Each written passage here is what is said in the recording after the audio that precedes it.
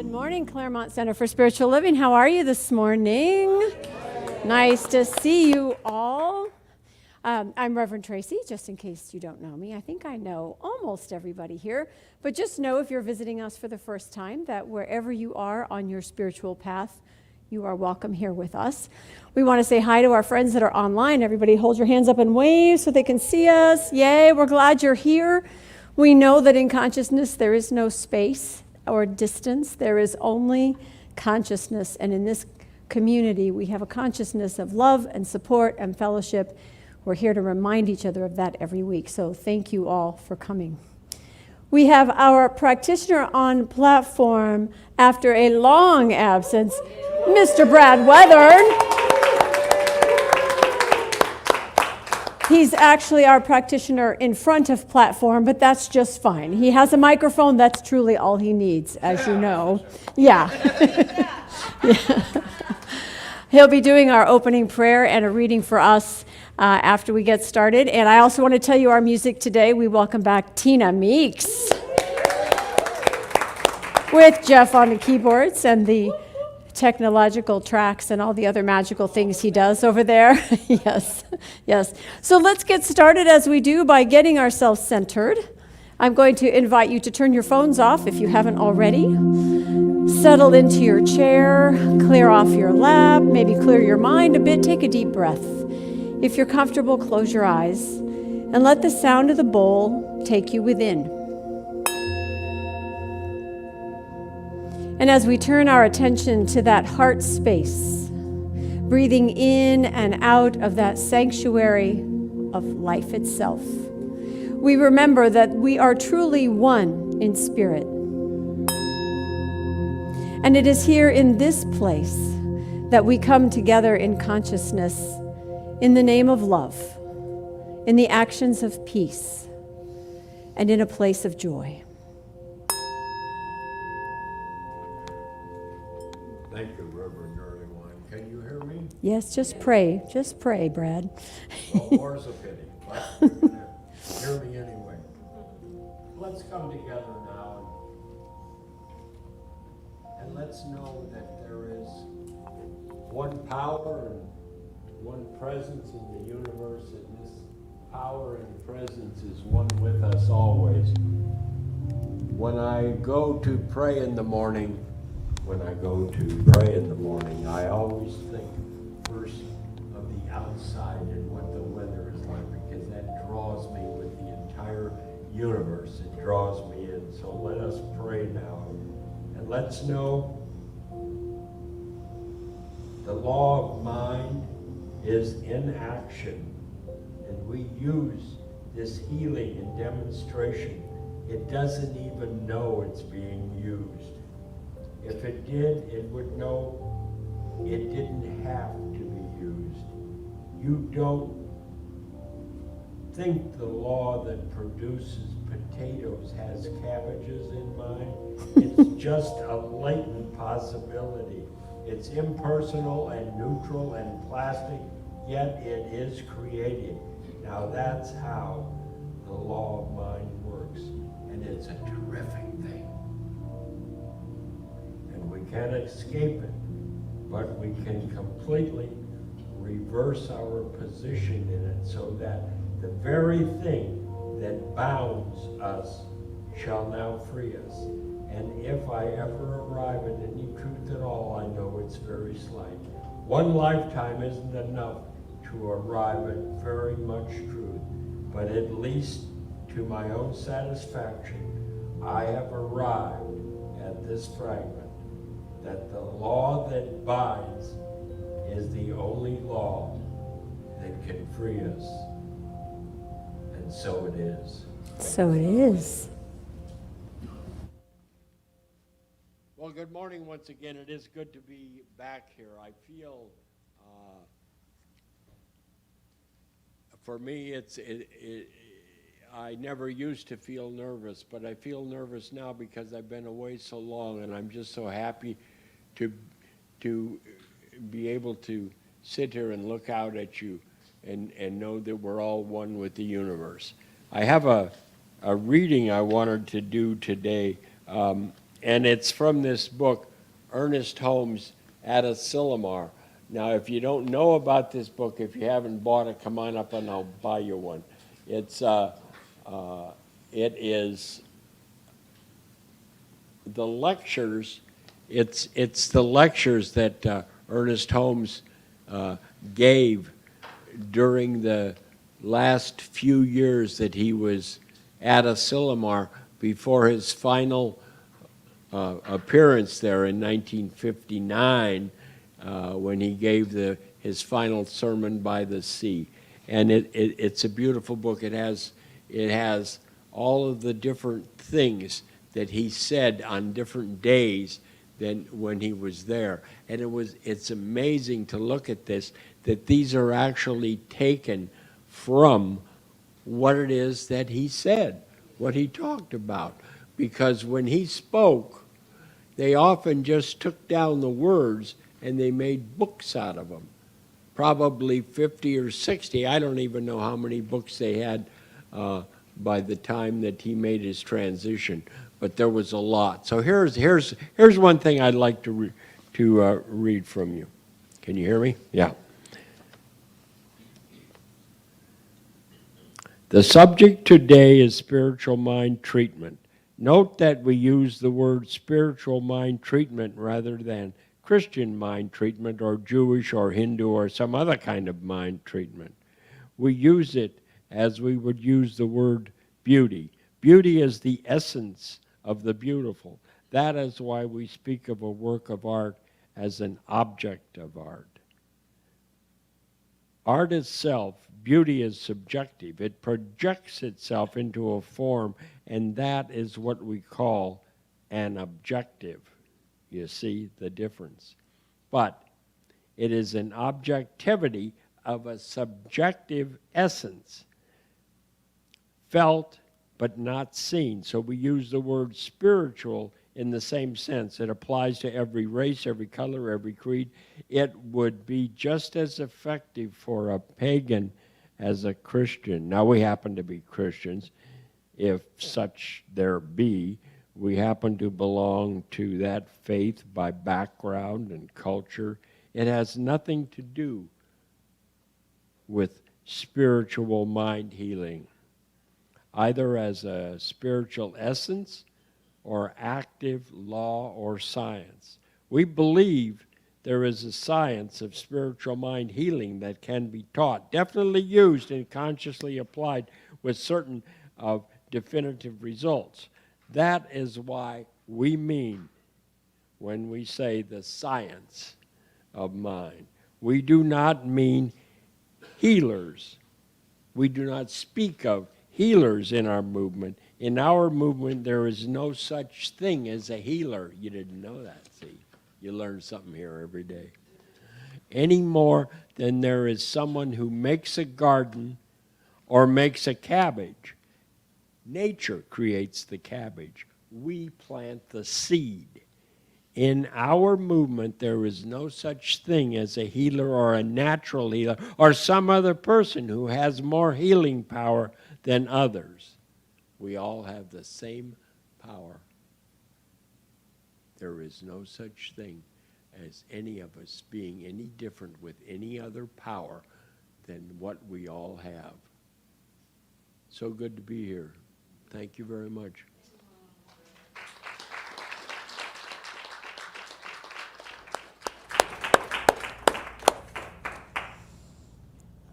All right. Let's light our candle this morning for power, the power that we all have within.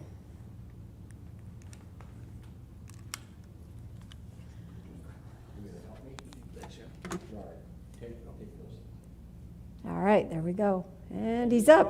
To his full height. Yes.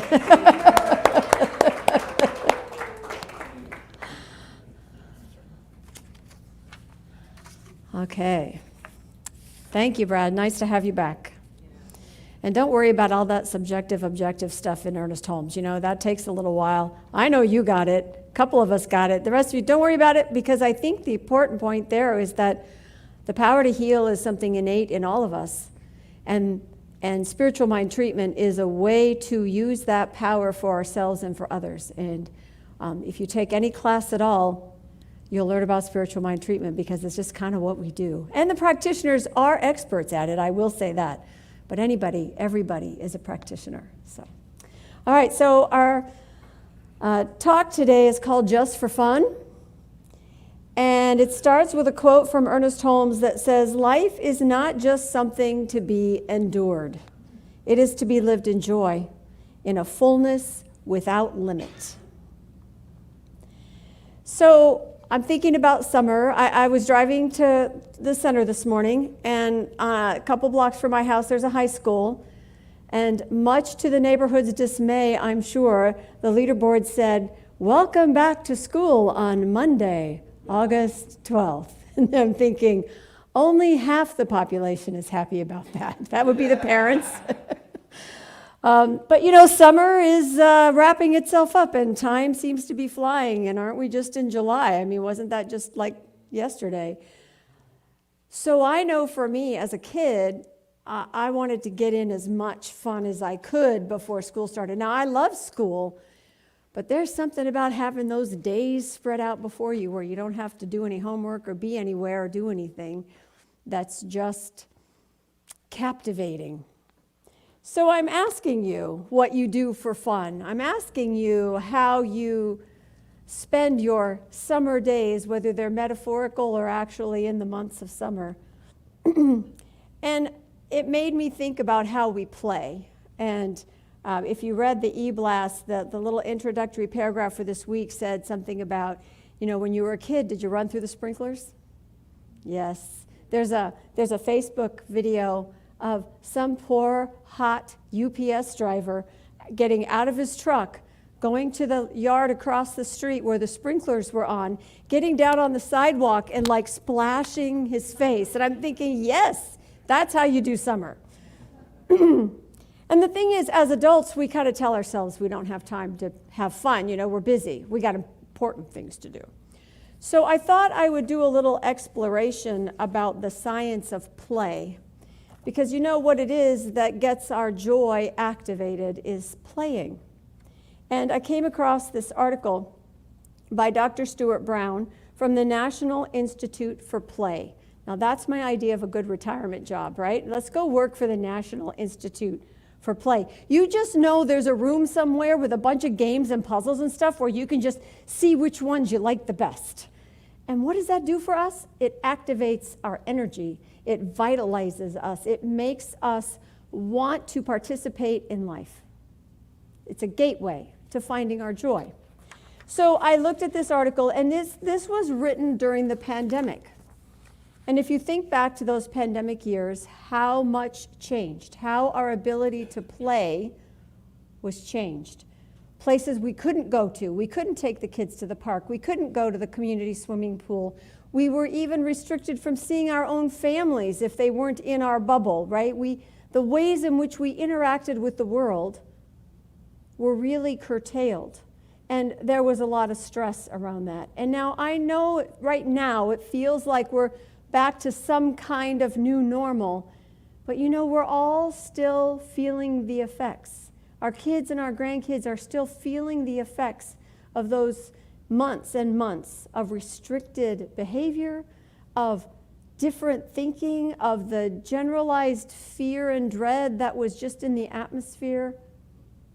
And at the same time, look at how creative we were during that time. Do you remember the pictures of all the Italian people standing on their balconies in these high-rises, creating summer concerts, singing and playing instruments? Did you take part in a drive-by birthday party? Or graduations where streamers were on cars and everybody paraded in front of the houses of the seniors who'd graduated because they didn't get a ceremony. We got very creative.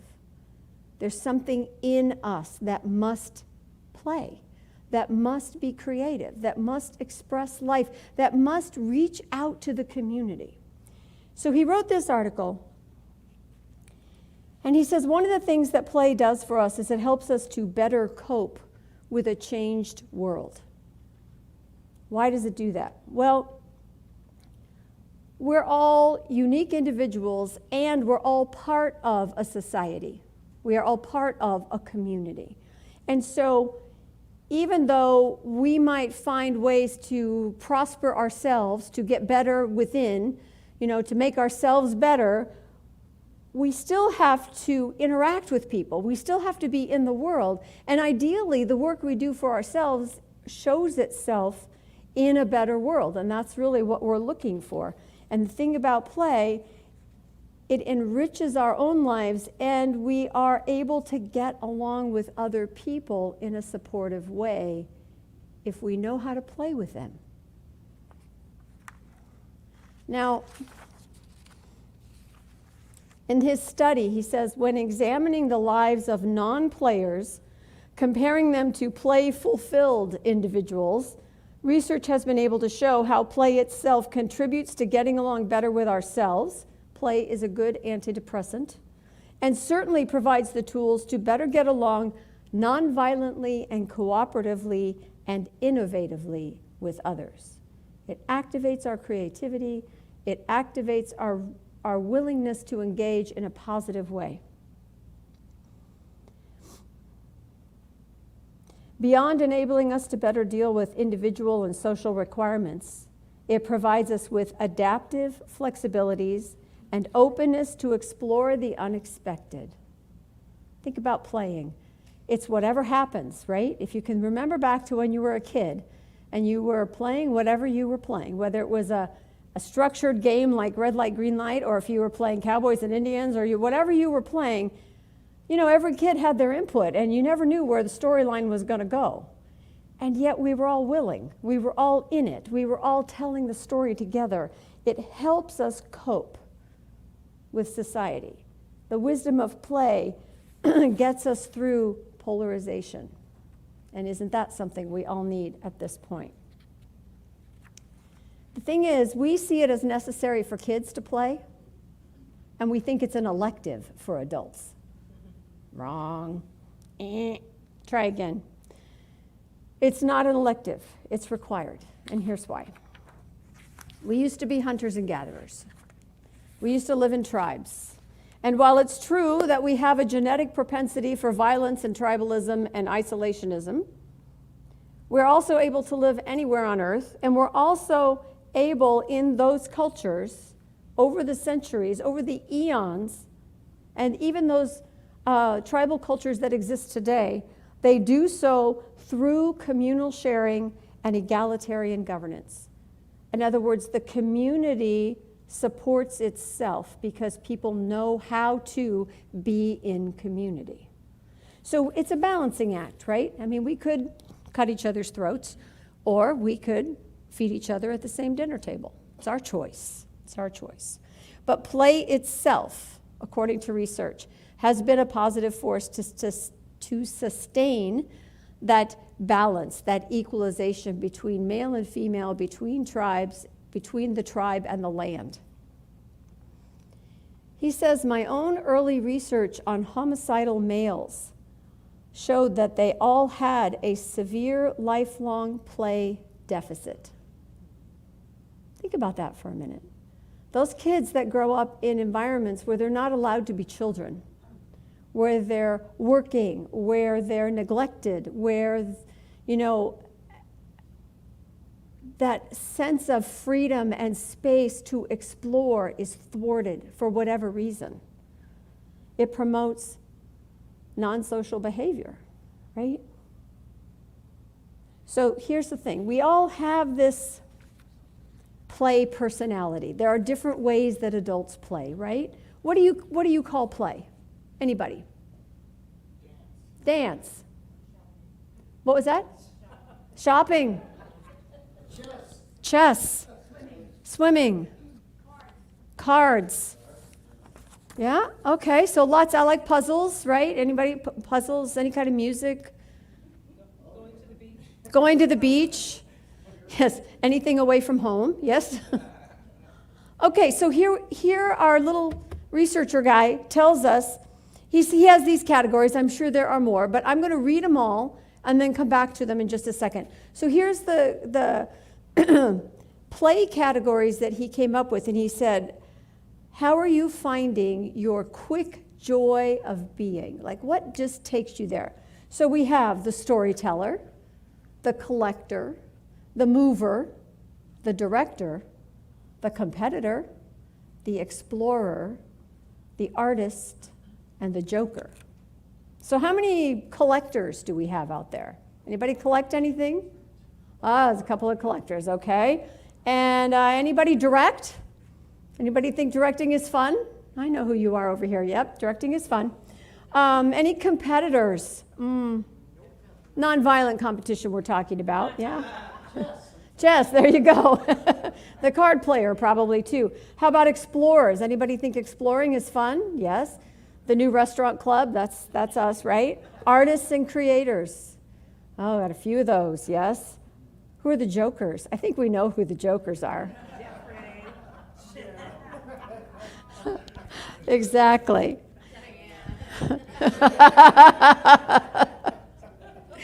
So the thing is that this is something that's in us. It is who we are. And when we recognize that in ourselves, then we can activate the energy that comes from being fully engaged, from being in our authentic self when we're living from the heart, living with what we desire. Not only do we do that for ourselves, it helps us to create harmony in the world. It helps us to see that when I'm playful, the world is easier to get along with. Isn't that funny how that works? You know, I have something to say about how things work. Now, don't get me wrong.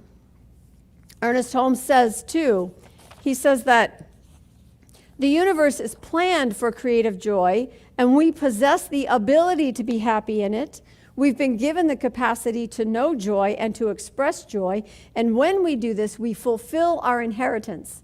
It doesn't mean we're good at it all the time, but it's in there. It's up to us to be mindful, to want that to be part of our lives.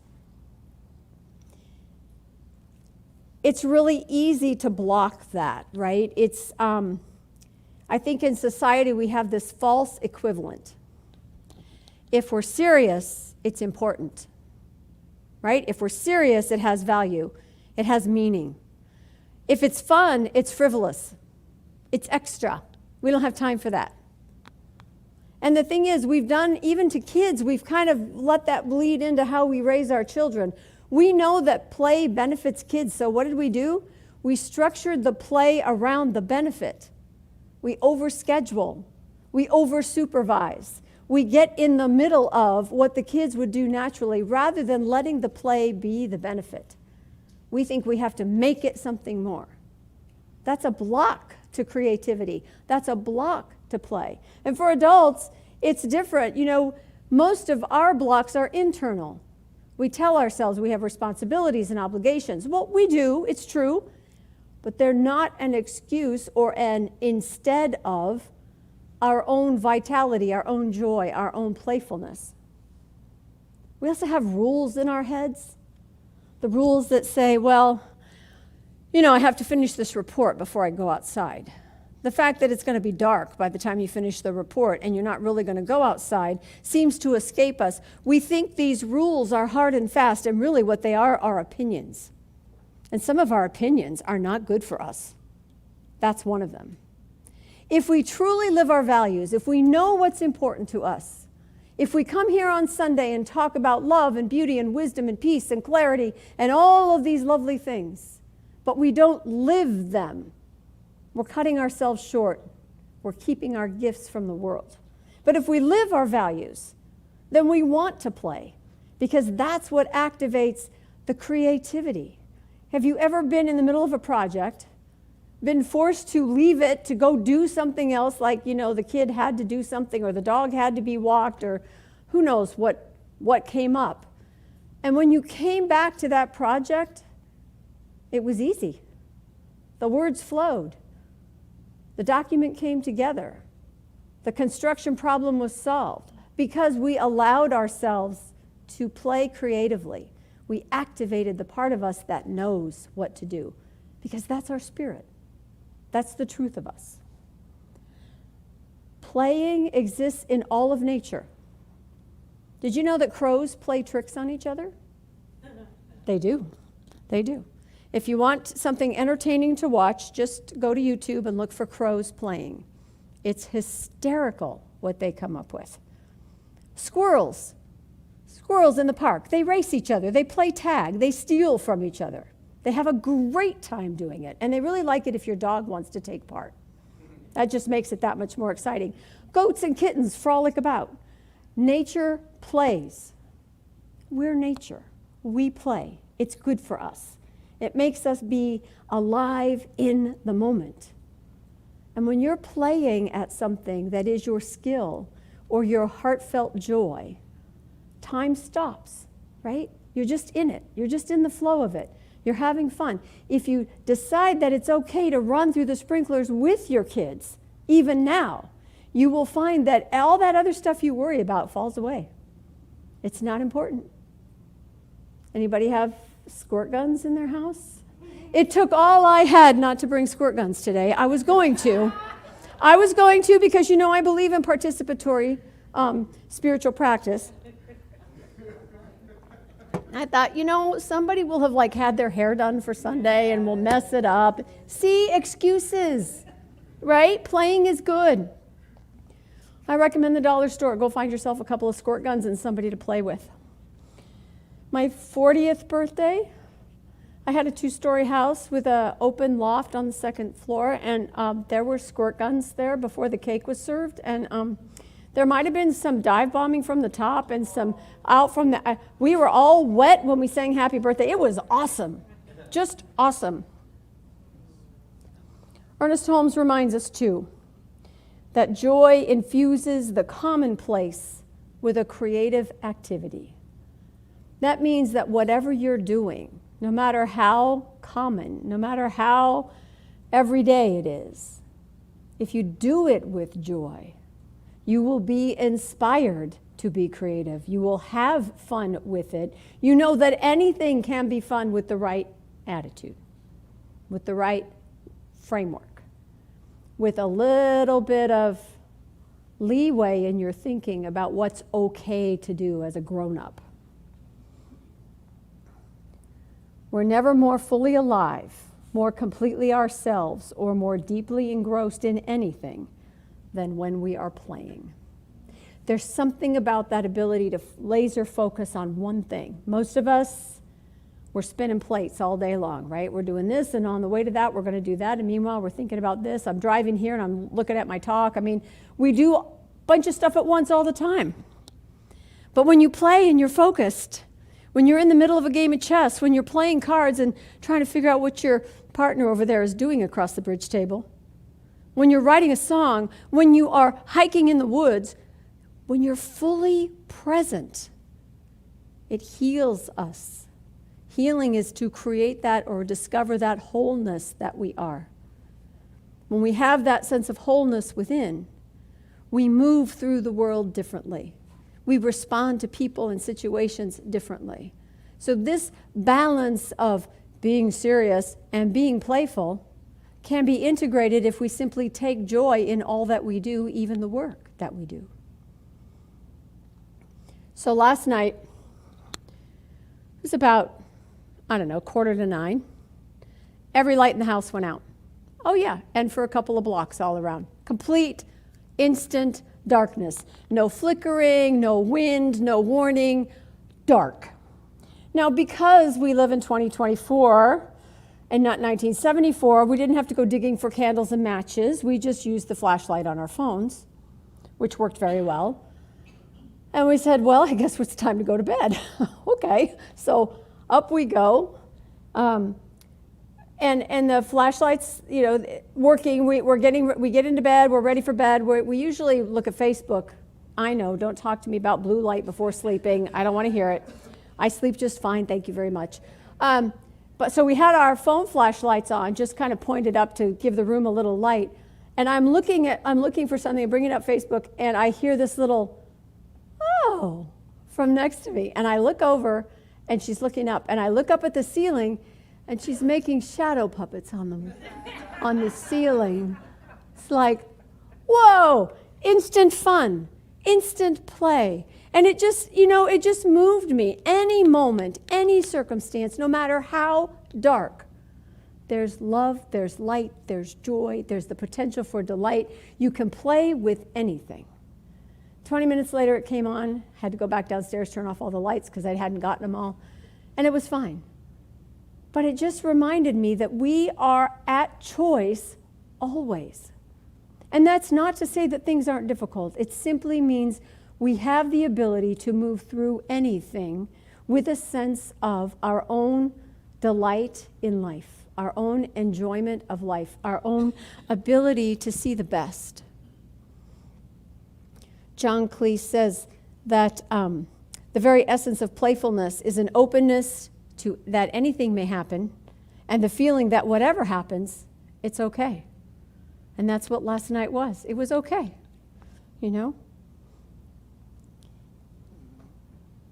I think joy is really part of our spiritual practice. And what activates that joy is a sense of living our authentic life, of being present in the moment with whatever is happening, with whomever we're with. I think it comes from that it gets activated when we play, when we realize how important it really is, when we let it be the value that it has rather than talking ourselves out of it all the time. It allows us to live on purpose because play keeps us, having fun keeps us anchored to what we like, who we are, what makes us smile. Because when we smile, our energy changes. When we laugh, our energy escalates. Laughing babies. Anybody listen to laughing baby videos? I mean, come on, guys. It's an easy one. You're having a bad day. Take 5 minutes and go find a laughing baby. There's a baby in a big box, and the golden retriever has got his mouth on the flap and is dragging him all over the house, and that baby is laughing. It's a great video. Find your own. Find your own. All right, so let me give you a little more Ernest Holmes here because, he always says things so well. He says, it doesn't mean that every moment of our lives is filled with complete happiness, with everything that the heart can desire. However, we can learn to take from each moment only the joy, only the lesson, only the good that's in it. If we take only the bad from a situation, is it not out of this bad that the next moment will be born? Life is often filled with undesirable situations and conditions, and it can become a bed of roses only when we are willing to pick the thorns out of our flesh and throw them away. We have the ability to see the good in anything and let the rest go. There is always something for us in whatever is happening in our lives, as long as we are able to see it, as long as we choose to play with it, to be curious, to judge less, to laugh more. That's our calling in life. That's the joy we are meant to live. So when you are having fun and when you are in that place of joy, synchronicity happens. It's part of the flow of life. Synchronicity is when something happens that has no reason to happen, but it's absolutely perfect for you in that moment. So not 10 minutes after I had decided on this week's topic, I opened up Facebook. I don't do it as often as it sounds like in this talk, okay? It's not like every day. But I was in the place of opening up Facebook, and the very first thing in my feed was a post from the Seaside Center for Spiritual Living down in Encinitas, Dr. Christian. Now, mind you, I don't see his posts. I don't know if he even posts or if he's ever posted other than this one. But here it is. And what's it called? Just for the fun of it. So I want to share it with you because when I saw the title, it made me laugh out loud. Because really, 10 minutes after I decided our topic, here's the material we need right here. He says, one day I realized that I had become obsessed with accomplishing, achieving, and growing in my life. I took everything I did as an opportunity to improve myself. I discovered that this was making me tired and cranky. Anybody relate? Yeah. So I decided I would find something that I really enjoyed doing without trying to achieve anything other than enjoying it. I started to grow herbs. Though the people I know who grow herbs always dry them, store them, make them into tinctures, sachets, or oils, the idea of all that work overwhelmed and tired me. I simply wanted to grow them. I wanted to look at them and smell them and crunch the leaves between my fingers. Every once in a while, I might pick one for my cooking, but I really didn't care if I did anything with them or not. I wanted to grow herbs just for the fun of it. He says, I've invited many people, especially perfectionists and overachievers, not that there are any in this room, but if you relate or someone you know could benefit, I've invited many of them to do a thing just for the fun of it, some activity they will not try to improve or accomplish or make into a new career. One friend joined the choir, another took up knitting. The friend in the choir will never sing a solo. She just does it for fun. My friend who knits has so much fun unraveling what she knits that she buys yarn but doesn't buy any patterns. So my question to you this week, what are you going to do this week just for the fun of it? Namaste. I want to hear Tina Meeks. Well, she's coming up after we pray. We got to pray first. One moment, please. Take a moment. Take a breath. Oh, and join me for a moment in this space of wholeness. This life energy that includes all that we are.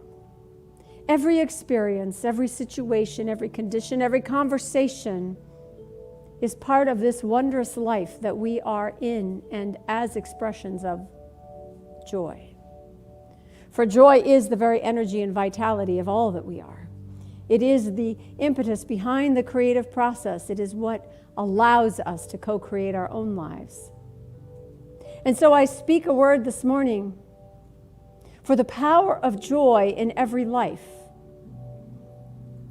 I speak a word that each and every one of us finds yet another way to activate the joy of living. To be fully present in the moment. To respond with laughter to laughter. To recognize the beauty in people, places, things, and even in difficult situations. For there is truly something for all of us in all things. And how good it is to have a mind that can understand the depth of the love that we are, the joy we express, the peace we are meant to be. For it is in this living that we create that world that works for all. It is in living from this place of heart-centeredness that we recognize the hearts in others, that we find ways to be together, that we plant seeds in a garden that come forth with all that nourishes, all that sustains, all that allows us to survive and thrive. For this is who we are truly meant to be. And I am grateful. Grateful for the gift of everyone hearing my voice. Grateful for the gift of everyone who comes into my life. Grateful even for the sudden darkness that suddenly appears. Grateful, too, for the heart within that knows to love through all things. I know, too, that right where we are is by divine appointment, and it is good, and it is very good, for it is truly all God, and so it is. Okay, now we can hear Tina Meeks.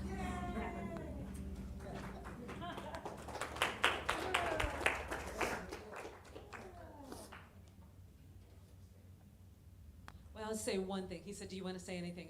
What I want to say is, I want you to sing Because I'm Happy. All right? That's your part. Okay. All righty. Okay. Might seem crazy what I'm about to say. Sunshine, she's here. Take a break. I'm a hot air balloon. I'm gonna stay with the air like I don't care, baby, by the way. Because I'm clap along if you feel like a room without a roof.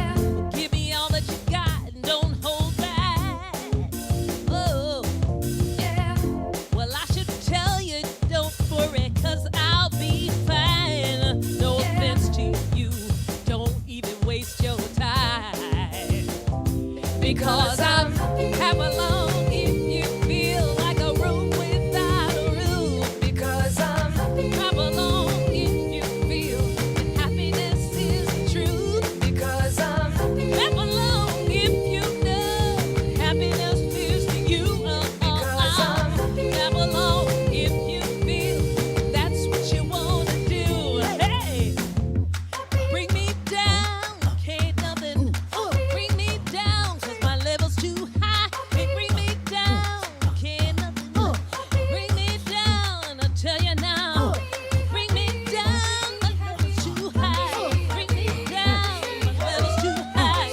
Bring me down, can't nothing bring me down, because I'm down if you feel like a room without a roof, because I'm clap along if you feel like happiness is the truth, because I'm clap along if you know that happiness is you, because I'm clap along if you feel that's what you want to do.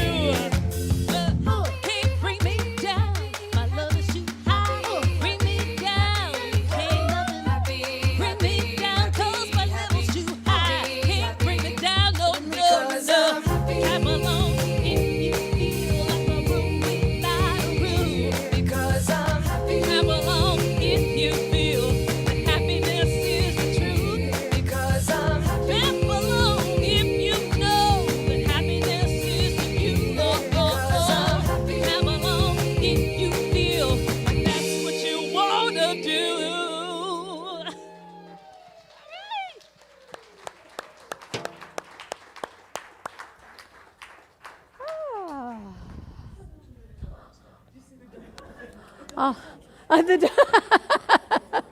Monty is happy too. This is great. This is great. All right, we're so happy. We want to keep this community going. So this is our time of contribution. I'm going to ask our ushers to come forward. We are passing the baskets once again. Yeah, right. So if you will, take your contribution, your thoughts of building this community, whatever that looks like for you, and say with me our prosperity affirmation. Divine love through me blesses and multiplies all that I am, all that I give, and all that I receive. I am prosperous now. So we'll let that. If anybody needs envelopes, I've got them in the basket. Okay. All right. We'll just hand those out, and you just if y'all remember how to do this, you just pass the basket to the row behind you. Yeah. Just reminding you. Yes. It seems that in our community we have a couple people. That's okay. We have a couple people that walk out the door meaning to put their check in the basket, and they take it home with them. So this way that won't happen again anymore. All right. For those of you online, we have a donate button on our website and also in our e-blast. I want to make a note too this week. We discovered a couple days ago that our answering machine has finally died completely.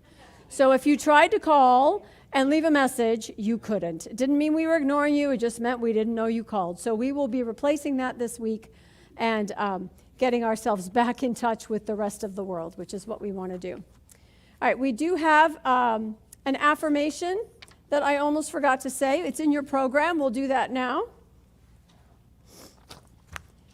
And I ask you to repeat after me so that our friends at home can join in. Today, I fan myself with fun. I find relief from the heat of living through joyous play. And so it is. Don't worry, Marley, they didn't see you, but I did. Some of us are very playful. All right, let's talk about what's going on. Wednesday night, 5 o'clock, we have meditation in the practitioner room in person or online with Nisa.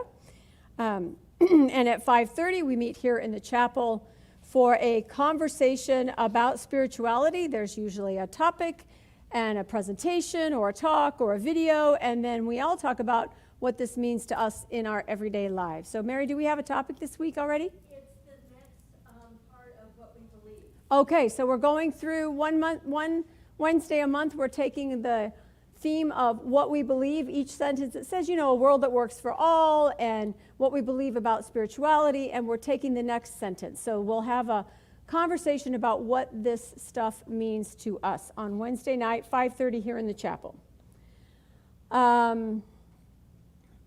This Thursday, we have two things going on. Can we make this on? It is on. Brad, you want to talk about the writers group? Yes, thank you very much, Reverend Earlywine. Will you call We me have Tracy? Just wanted to see if it was on. Yeah, it's on. Okay. Listen, guys, we got a great thing going here, and it's on Thursday. It'll start on August 15th, and it's what I originally called the Writers Club. It's kind of become known as the Writers Group. Now, what you do is I will bring some of my writings, and everyone who would like to is welcome to bring whatever it is they've written. And we will read, you can read out what you have, and it's not for a criticism, but it's rather for a sharing and the few times that we've had it, it's been very good. It could be, people came up with very different things, but it was good to see people have a chance if they haven't published something or they haven't got it to another place to be able to read it. And it's also a good place for people to come if you just want to hear some writing. So you're all welcome to come to that. Now we're doing it on August 15th it says here at 10, but it's at 10:30, okay? 10:30. And immediately following it, and following every third Thursday, immediately following this, there will be lunch with the Rev. Oh. So we will go immediately from this, if you would like, and then you can have lunch with the Rev. So it makes a very, very nice third Thursday of every month. Thank you, Brad. Thank you. Perfect. And Tina, I love your song. Okay, so lunch with the Rev. Bring your lunch. Sometimes we talk about serious stuff. Sometimes we talk about nothing at all. We do eat. This is good. And it's just a chance to get to know each other a little better. I mean, we see each other on Sundays, but if you notice, I don't have a chance to really speak with everybody at length on a Sunday morning. So I welcome an opportunity just to have a conversation, whatever's on your heart, whatever's on your mind, or like I said, nothing at all. We can just eat cookies and call it good. I'm okay with that. So that is third Thursday. That's at 12 o'clock in the library. The writers group is here in the chapel. So just quick hop over from one to the next. This Saturday, August 17th at 2 o'clock in the library this month, that's next door, we have the Reiki share. Reiki is a lovely healing energy. It's a magical thing to do. You walk out of there like levitating. So if you are curious about Reiki, if you know Reiki and love it, either way, come to the library at 2. And we're there from 2 to 4 because at 4 o'clock in here, we have a concert. The Jacksons are singing. So 4 to 6 here in the chapel, we have a concert of all their other music, right? Like your whole catalog would fit in 2 hours, not. But we have a sampling of their other music. They'll be up here performing for us. The suggested donation is $20 a person. Whatever you can afford is just fine, but we look forward to having everybody here. Please tell your friends. We know there are a lot of fans in Claremont at large that come hear the Jacksons when they play downtown, when they have the sidewalk music. So do let people know, share it on Facebook. It is posted on our Facebook page and in our e-blast. So get the word out. We would love to fill this room and rock out on Saturday at 4, from 4 to 6, okay? So nice afternoon at the center this Saturday. That, however, does not excuse you from Sunday morning. If I have to be here Sunday morning, so do you. So it'll be a lovely weekend of spiritual events, yes. Okay. A reminder, like I said, we are on social media. Make sure you click and like and share and spread the word of who we are and why we're so darn happy, because we are. And then I want to remind you of our August and September community outreach project, which is Super Soap Sundays. Look, I have props. Bring soap. Ooh, ah. Thank you. Soap is the main gift item that we're looking for to support Foothill Family Shelter and any other hygiene product, personal care product that you can think of. So toothbrushes, toothpaste, feminine hygiene, mouthwash, floss, what else? Shampoo, conditioner, anything you can think of that someone might, it might just make life a little easier for somebody who's struggling or who's maybe on the streets or who maybe has kids with them and has a hard time taking care of themselves, much less their kids. So we're supporting the shelter this month and next. Bring in your donations. We'll empty the baskets and take it over there as often as we need to. The soap basket is almost full today, so we'll start again with a fresh basket. So it's up to you to fill it up multiple times between now and the end of September. Okay. Anything coming up? Graham? It's not coming up, but I am curious if the library is going to reappear. Yes, the library will reappear. We just need a team willing to pull it all back together. We do have some shelves. Some of our shelves bit the dust during the rains this last season. They were outside and they weren't that sturdy to begin with. We do have some to get started with, and we will be bringing our library back in, putting books back in our library, I guess is what I'm saying. So yes, thank you. Anybody that thinks that would be a really fun project, all of you organizing types that like detail work, please, yeah, let me know. Okay? All right, we've got coffee and snacks next door right after we stand up, move to the sides, and let's sing with Eddie. Take a look at the person next to you and say, God loves you and I love you too. Now feel the love in the sanctuary.